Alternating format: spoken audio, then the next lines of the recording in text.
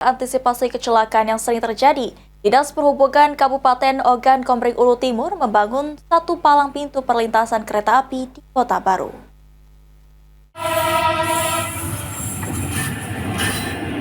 Antisipasi dan meningkatkan keselamatan pengguna jalan raya saat melewati perlintasan rel kereta api, Dinas Perhubungan Kabupaten Ogan Komering Ulu Timur membangun satu palang pintu perlintasan kereta api yang bertempat di Desa Kota Baru, Kecamatan Martapura. Pembangunan palang pintu di perlintasan rel kereta api Desa Kota Baru ini menggunakan dana bantuan berbentuk khusus atau BKBK dari pemerintah Provinsi Sumatera Selatan. Pembangunan palang pintu tersebut dianggap sangat penting, mengingat di mana di lokasi tersebut telah berulang kali terjadi kecelakaan antara kereta api yang melintas dengan pengguna jalan raya dan juga bahkan tidak sedikit memakan korban jiwa.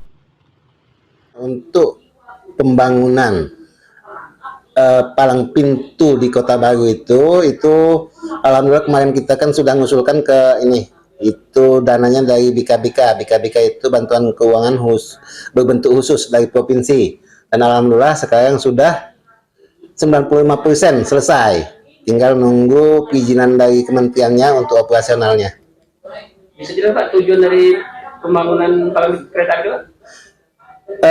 Tujuan dari pembangunan pintu perlintasan kereta api itu adalah untuk mengurangi kecelakaan yang terjadi di perlintasan tersebut. Masalahkan kemarin itu sudah beberapa kali terjadi kecelakaan.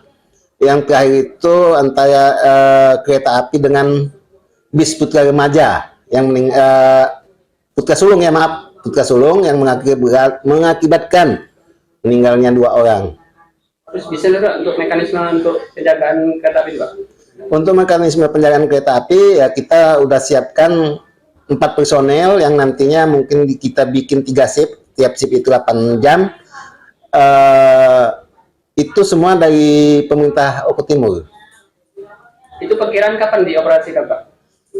Kita operasionalkan insya Allah mulai awal Januari 2025. Kita nunggu izin operasional dari Kementerian Perhubungan. Palang pintu perlintasan rel kereta api rencananya akan mulai dioperasikan secara resmi pada awal bulan Januari 2025 karena masih dalam proses pembangunan. Elvandri Jeffriyadi, PAL TV.